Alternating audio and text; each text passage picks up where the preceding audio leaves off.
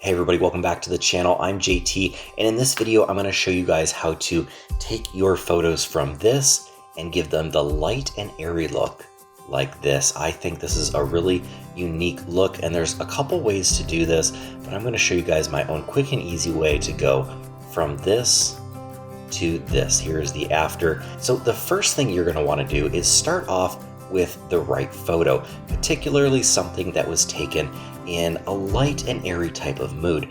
Photos of flowers during the day are an absolutely great subject. Some light portraits, maybe some trees, some landscapes. I even have this image here of the Jefferson Memorial in Washington, D.C. in the summer. Here's the before, and here's the after. We can do a lot with this look, but just know that there are going to be some images that just don't necessarily work. For example, an image that has this dark and moody style of lighting. We can take this, we can copy and paste this look onto this dark and moody image here, and you can see it just doesn't necessarily work. The same thing with this photo of this snail. We have this very contrasty lighting, and you let me know if that light and airy works for the snail. Kind of, maybe, maybe not.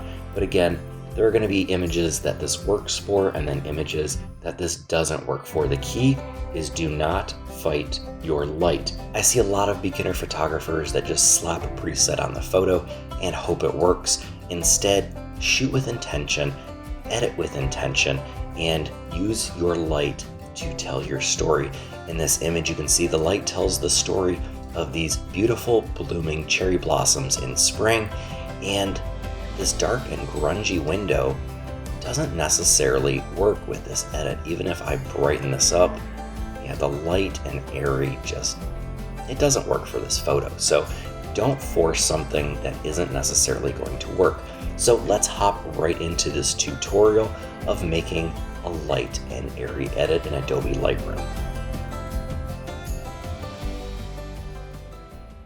So I think this is a great photo to start with. I am going to right click, go to my settings, and reset all of my settings. That even reset my crop. So I'll go in here, I will recrop this image. I like it nice and tight on these flowers here. I think that looks great. And I'll show you guys the lens I took this with was the Nikkor Z 135mm f1.8 Plena lens, and is a very sharp lens, especially on the Nikon Z5 Mark II. Great camera, great lens. And together I took some really pretty looking images of these Japanese cherry blossoms. Unfortunately, they don't last very long, so you have to photograph them very quickly. So the first thing I'm going to do is change my color profile. Typically, Adobe color is the default. I'm going to start by changing that to landscape. That gives us a little more saturated colors in here and just kind of makes these pinks and blues and greens just kind of contrast and stand out a little bit.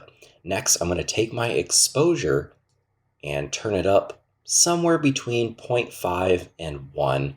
We can always come back and mess with that a little bit later.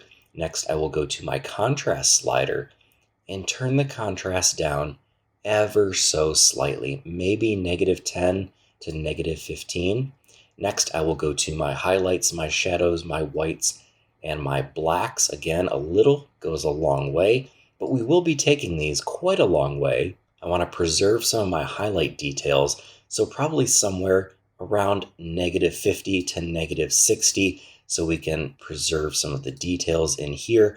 If you're shooting raw, for example, an NEF file on Nikons, there's going to be a lot of dynamic range for you to work with in that raw file. Next, we're going to go down to our shadow slider, turn that up about the inverse that we did with the highlights. So +50, +60, and we can see that our shadows are lightening up just a touch.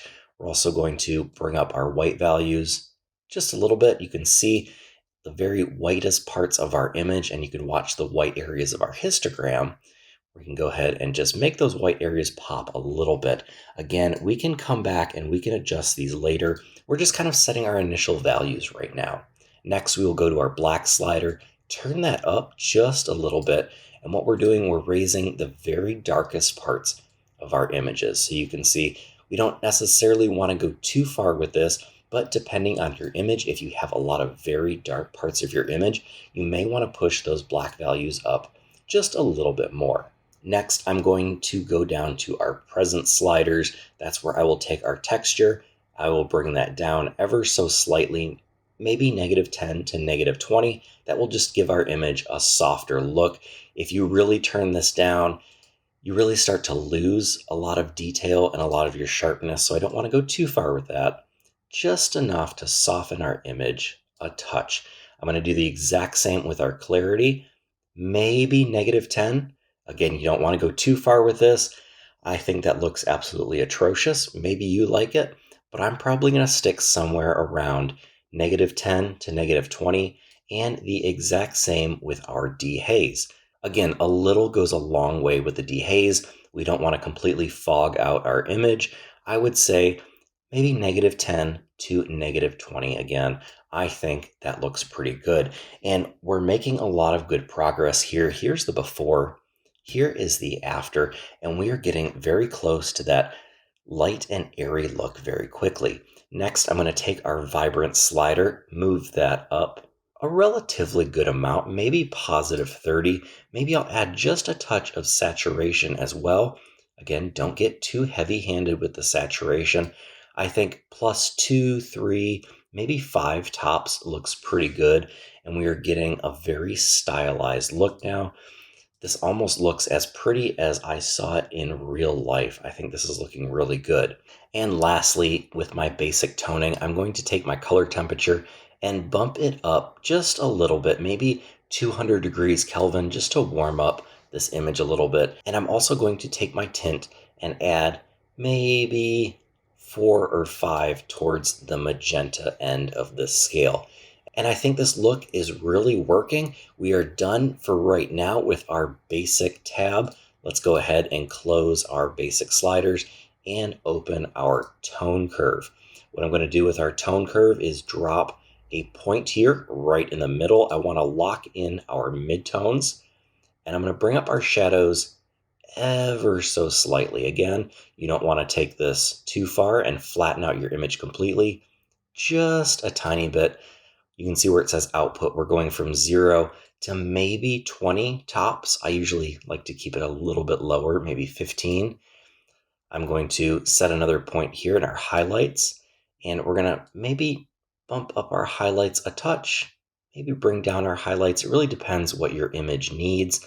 Might bump those up just a tiny bit, but keeping that point right here in the middle will lock in your midtones and also give you a place to move your midtones around in case you need to make subtle adjustments. However, we do not want to make this S curve that you can see we're starting to do here. That adds a lot of contrast and we start losing that airy look. If anything, I'll probably want to raise those midtones just a hint, and we can hit this little eyeball, turn that off and on. And again, it's super subtle, but you can definitely notice it on and off, and it adds a lot to this photo. Now I'm going to quickly go in. I might crop this just a tiny bit more, really crop in on our subject here, and then go back to my basic tab, make any sort of other little minor adjustments. And every now and then I'll come back and I will adjust my contrast. Sometimes I've turned it down too far and I need to add just a little bit. Sometimes I haven't turned it down enough and I want to subtract some contrast. However, I think in that -10 to 0 range is about where we want to sit. And I think that's looking pretty darn good. Let's again look at our before and our after. And I think we've really captured this light and airy look very quickly. Again, you can see it works really well, especially with backlit images and images that are well lit. They don't have super deep shadows. Also be careful not to blow out your highlights when doing these edits, but I think this edit turned out really well. Let me know down below in the comments what you guys think of my light and airy look. I'll show you guys a couple more before and after images, and I think if you get this looking right, I think you can get a really cool looking light and airy style. So if you enjoyed this tutorial, please hit that like button, subscribe down below, and let me know what other sort of Lightroom tutorials you would like to see in the future. And until next time, get out and go shoot.